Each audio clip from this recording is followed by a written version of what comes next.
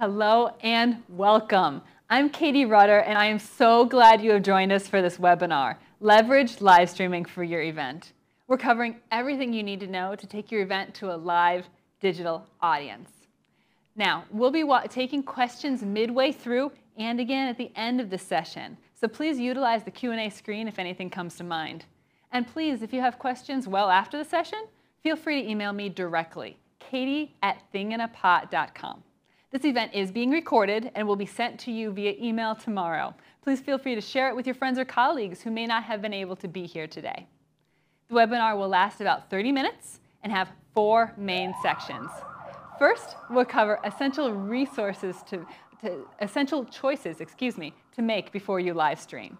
Then we'll have a conversation with our sponsor, Lambert Consulting, about event planning. And third, cover essential resources that you need to live stream.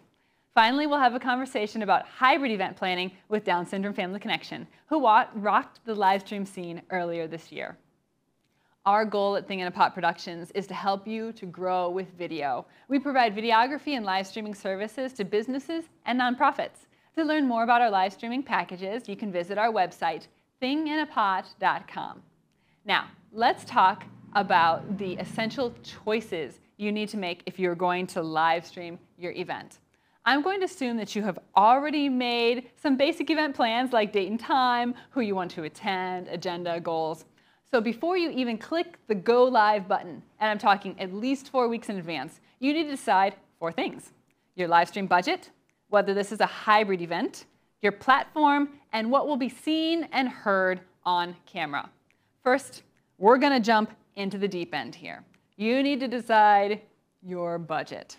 I'm sorry to say, but there is no free lunch when it comes to live streaming, even if you do it yourself. Live streams require time to set up and to practice, and they cannot be done by one person. If you are DIYing it, at the very least, you need someone to run the camera live stream and someone else, like a friend or colleague, to monitor the broadcast. We'll cover the other essential resources a little later, but some of the platforms themselves require a financial investment, or you might have to purchase cables or adapters or take safety measures. DIYers can expect to spend probably 3 digits. If you hire it professionally, you can expect to spend in the high 3 digits, more likely 4 digits.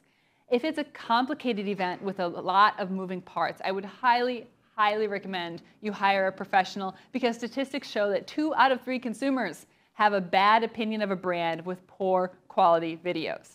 And you can't afford to put your reputation on the line if you promise a live stream and don't deliver. For our nonprofits out there, one way to defray the cost is to have live stream sponsors, which offers many more opportunities for impressions than traditional events, as you'll see when I bring on my own sponsor, Lambert Consulting. Next, you'll need to decide if this is a hybrid event. That means, will there be an in-person audience as well as a digital audience, or simply a digital audience? This is because you need to make sure both audiences are able to see and hear every part of your event, and that you're not treating one group as second-class citizens. So if you would like to give a PowerPoint or play a video for a hybrid event, you need to make sure both groups can see that video. This may mean setting up a projector screen for the in-person audience, as well as sharing the screen of your computer for the digital audience. Or if part of your event takes place in another location, you need to make arrangements to have a camera there so that the virtual audience can see it too. Next, you'll need to pick your platform. Where are you streaming to? Typically, our clients are choosing from 4 major platforms: Facebook, YouTube, Zoom Meetings, and Zoom Webinar. You need to pick the platform that matches your goals and your audience. Facebook offers great interactivity, but you should avoid it if most of your audience are not already on Facebook, because it will relentlessly try to recruit them to join the site. YouTube is a solid choice and very easy to schedule and share, but does not offer a lot of interactivity. There's a chat that people with a YouTube account can access, but not much else. Zoom is the best of both worlds, easy to schedule and share, and offers many interactive features. In Zoom meetings, your audience can interact on camera in real time. However, you're likely familiar with one huge drawback of Zoom meetings: anyone can interrupt if their microphone is unmuted, and often unintentionally do so. Zoom Webinar eliminates this possibility by removing participants' ability to unmute their microphone or to turn on their camera. Zoom Webinar also has excellent monetization capabilities, so you can actually sell tickets to attend the live stream. However, there is a cost associated with Zoom meetings and an even larger cost for Zoom Webinar. Finally, you'll need to plan out, as precise as you can, what activity will be seen and heard on camera. Is it just a presenter talking on stage? Maybe they're pacing from side to side. Maybe it's a fashion show, like what the Down Syndrome Family Connection will talk about in just a moment, where their models are moving across stage. Do you want the audience to be seen on camera? Is there a band, a panel, a group talk that may need to be seen from farther away? You need to plan out the on-camera activity because you need to know where the camera is going to go. And if you need more than one camera to capture everything, more activity does mean that the live stream is more interesting to watch. So who's tired of watching my somewhat simple talking head already? But if I would start moving and have my technical director change some camera angles, that's more interesting, right? More movement also means that the live stream is more complicated and may require a bigger investment or more precise plans. Your budget will definitely come into play here. So if you're on a shoestring budget with only one camera, and you will need the on-camera talent to stay pretty still. So I'm going to have my camera operator stay still, watch how easy it is for me to step off camera. And I'm off. 2 steps. See, if you have to, a little trick to keep the presenter still is to give them a podium or make them sit down. Then they're glued there and they're not pacing around, and you can be pretty sure that they'll stay on screen even if your camera is stationary. So those are your essential choices to make: budget, whether it's a hybrid, platform, and activity. Next, I'll cover essential resources that you'll need for your live stream. But first, I'm going to take questions related to planning your live stream. So if you have any, please put those in the Q&A box. While you're writing your questions, I'm going to invite up Andrew Lambert from Lambert Consulting LLC, who's helping us sponsor this webinar. He's going to give his own insight on planning an event. So, Andrew. Yes. Can you welcome and hello. Hello, how are you? So good to see you. Surprised you're here. Yes. So tell me a little bit about Lambert Consulting. Well, Lambert Consulting has served Bloomington for the last 12 years. We are a full-size or full-service ad agency, and we also work throughout the Midwest helping nonprofits all the way up to Fortune 100 succeed online and through traditional marketing means. How long have you been in Bloomington? I have been here way too long. No, I've been here for almost 15 years now. So. Fantastic. Okay, so tell me, what do you think is the biggest mistake that groups are making when they plan to put together an event? Well, in this post-COVID world that we live in right now, I feel like there's a lot of people who are still a little afraid to come in person. So to me, using live streaming services allows not only your team, whether that's a nonprofit or a bigger organization, to get that information shared with people who are not ready to come back into the office quite just yet. Absolutely. And so, like, how do you think, like you say, this is the mistake that groups make. So how are we fixing this mistake? Well, technology is our friend, and that's where we need to be in embracing at this point in time, because the reality is this is a platform that allows you to record, allowed to do it in real time, and then, of course, share later after the fact. So should somebody on your team be out because of sickness or a family emergency, they now have a record of this, and it really helps them maintain that connectivity to everybody else. Yeah, and we talked about this earlier. I think your point about, having a record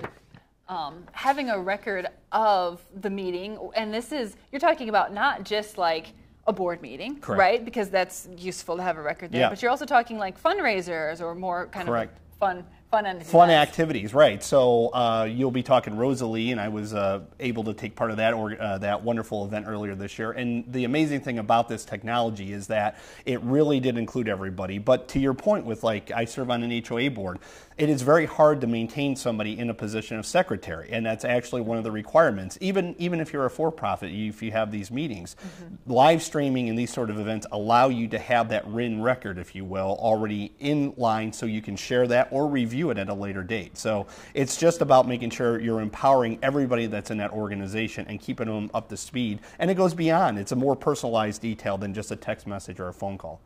Okay, and I'm also going to put you on the spot a little bit here because you do a lot of marketing. So what do you think are some of the tips or good ways that groups can be marketing a live stream event, whether it's hybrid or entirely online? Absolutely. If you're looking to raise funds especially, use social media platforms. The video world is so friendly right now. I'm talking YouTube channels, Facebook, Instagram, TikTok, if you want to do a little bit of a dance, right? Share that messaging before, encourage people to participate, and then share again at the end of the event, because it just allows them to have that moment of information. Fantastic. Do you have any other tips to give, your last biggest tip to give people who are planning an event? Please plan accordingly. Give yourself enough time in order to make this happen, because the biggest mistake is people think we can put together an event or even a board meeting in a short amount of time. The reality is, and you've touched on this a little bit, make the time and the plans happen before you just go out and start hiring video people. How long do you think it takes? Oh, at least for me, when we do our HOA board meeting, we're planning 3 months in advance. Ooh, 3 months in advance. That's rough for me to even pull off. So too much. I mean to say 8 weeks. Are we doing that right? No. I mean, usually a month or two ahead is probably more than enough time. But for us, it's important that all those details are hammered home. So. Well, and especially if you have an event that you need to advertise. Correct. You need to have many of the details figured out, like time, place, agenda, before you put out the advertisement, or else people don't know where to show up. Correct. Right? Well, and to your point, if it's a bigger organization or a fundraiser, you may be planning a year in advance as well, too. It just really depends on the situation.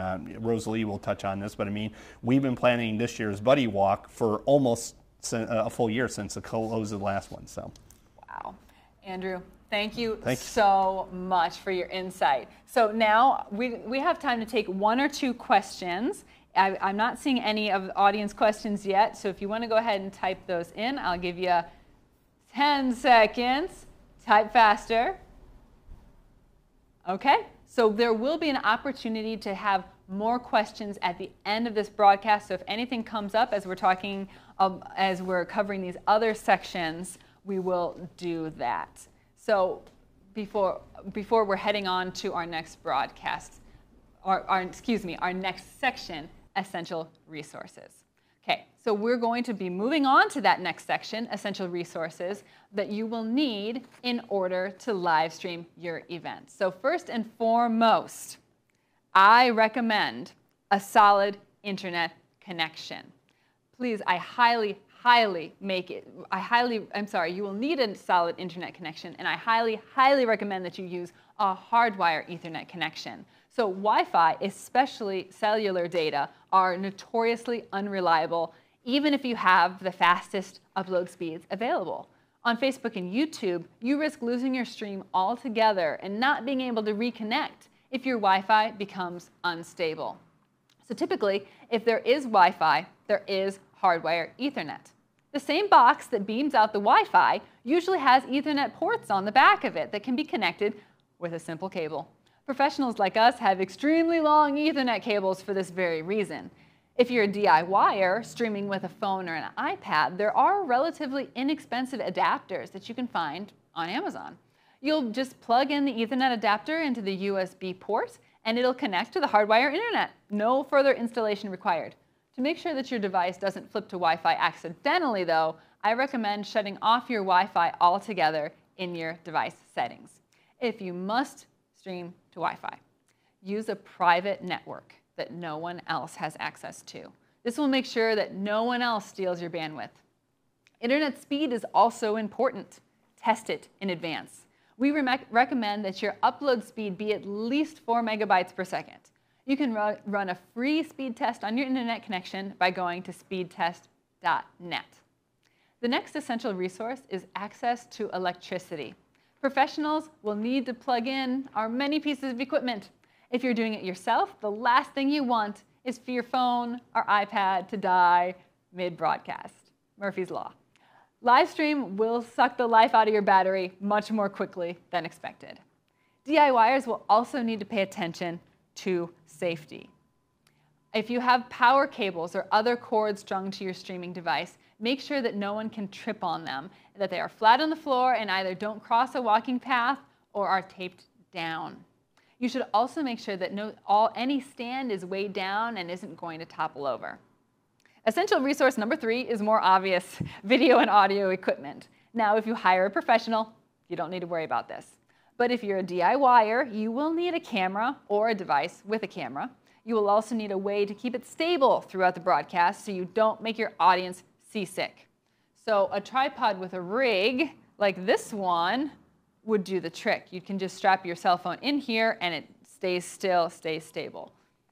It is essential also, please also pay attention to your audio. It's essential to have the microphone as close to the source of audio as possible because audience will not tolerate a broadcast that they cannot hear. There are inexpensive microphones like this one available online that can plug into a phone or an iPad and be clipped onto your on-camera personality. Definitely read the reviews though, because there are a lot of rip-offs out there. Essential resource number 4, access to non-copyrighted music. This is absolutely essential if you are streaming to Facebook or YouTube. Those platforms are programmed to automatically detect copyrighted music and have been known to shut down the live stream if a copyrighted song is playing.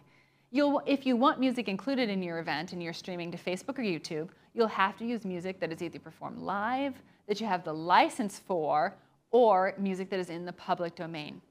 Professionals should have a music library that you can choose from, and DIYers can search online for the keywords public domain or Creative Commons. Essential resource number 5, people. I mentioned that if you're DIYing your live stream, you'll need to have at least 2 people involved. One person to conduct the stream itself and another person to monitor it, watching and listening to what your digital audience sees and hears. For both DIYers and those who are hiring professionals, I would recommend that you have someone that knows your organization watching the chat box and responding to audience questions as they come up. This person can also drum up a little audience interaction by asking questions or holding polls. This person may need to moderate comments. She can put a stop to any inappropriate conversations immediately. That way, you can keep the experience both helpful and enjoyable for your entire digital audience. And our final resource, time to practice. There are no retakes during a live broadcast, so you need to root out any potential problems and smooth out rough parts in advance. You should have at least 1 practice session with your talent and your crew together. Professionals need time to get into the rhythm of your event. DIYers may need more time to hone their skills. Zoom webinars will actually let you hold a practice session where you can go live just like as if it were the real thing, but your attendees can't see your broadcast. YouTube also has the ability to hold a private broadcast that no one can see. Those are the essentials: internet, electricity, audio and video, non-copyrighted music, and time to practice. If you want to level up your broadcast, plan out some ways to interact with your digital audience, like polls or the raffles, the Q&A box. Be creative. Help these digital attendees feel like they're really part of the event.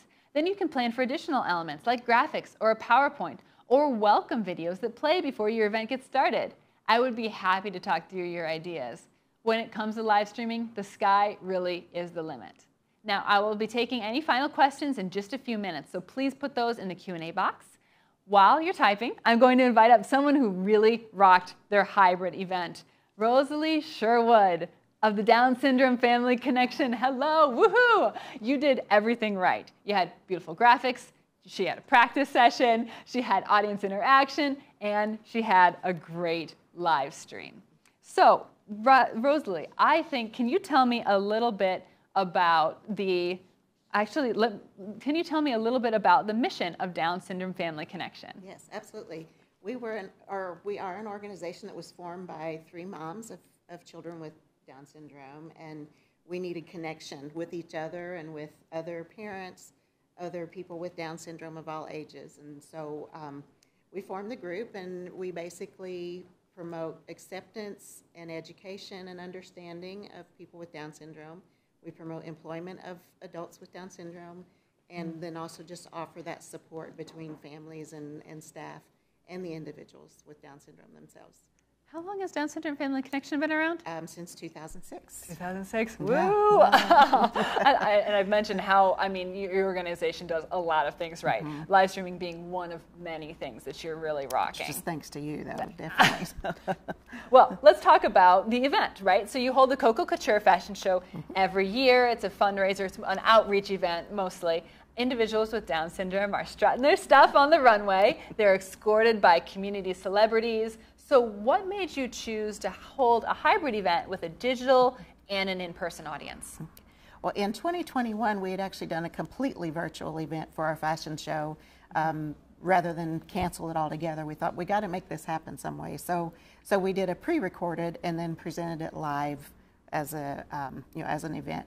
But for 2022, as we were doing our planning, because we have to plan so far in advance, we talked about having an event where we only had the models and their escorts and just very minimal people there at all, and realized we were going to cut out so much of our audience if we didn't do something virtually. So we decided to do a hybrid where we actually had the live show, but then streamed it live, and that way it was available to people who either didn't feel comfortable coming and being in a crowd, or maybe were just so far away, mile-wise, that they couldn't attend in person anyway. And I think I love kind of the point that you've mentioned here is like, when you say that mile-wise, like even though because of uncertainty and because of capacity limits, you had to limit those tickets and limit that audience, when by making it a hybrid event, you actually you actually expanded beyond your numbers of previous non-limited years. Exactly, yes. And when we have actually had our full-blown pre-COVID events, with no restrictions on people, we would always sell out our tickets. And so that was one great thing about going to a virtual, or really to a hybrid platform, is that then our audience is unlimited. Yeah, even around the world, Exactly. like you said, yes, the family yes. members who can't. Yes, they don't have some that are international, so yeah, they could even attend, which was great.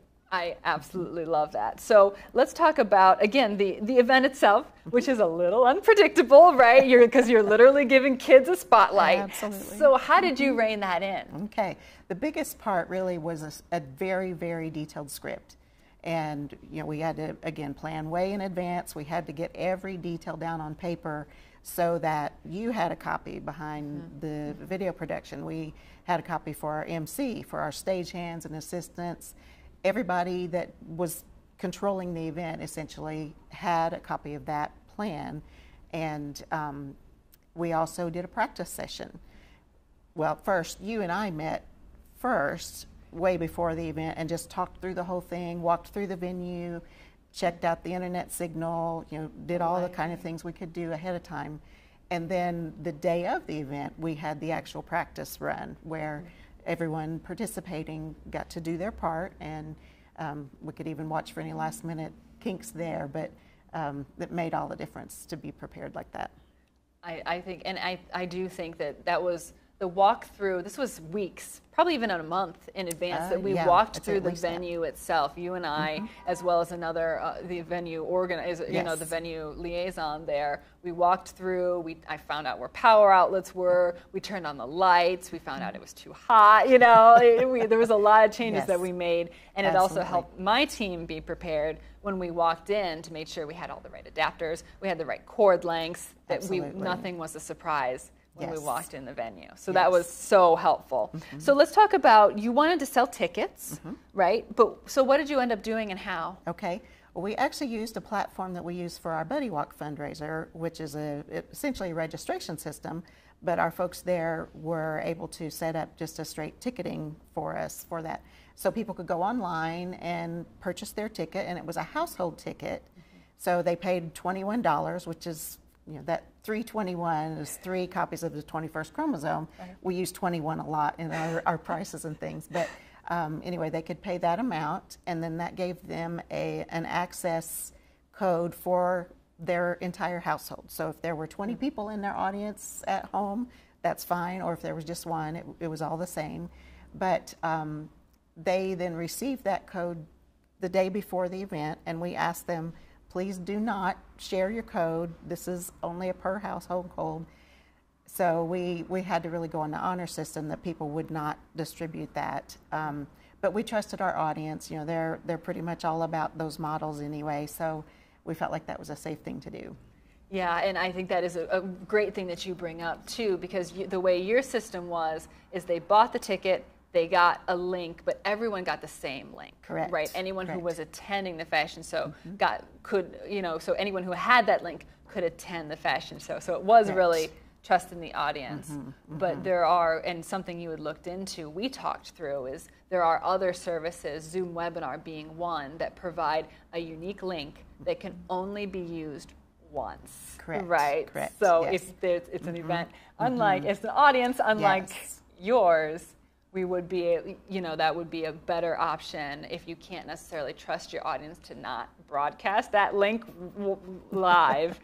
There are Zoom webinars is especially good for providing an individual link that can only be used once and a unique link for anyone who buys a ticket. I agree. Yes, definitely. So what would be your biggest tip to someone who's planning a hybrid event? Okay.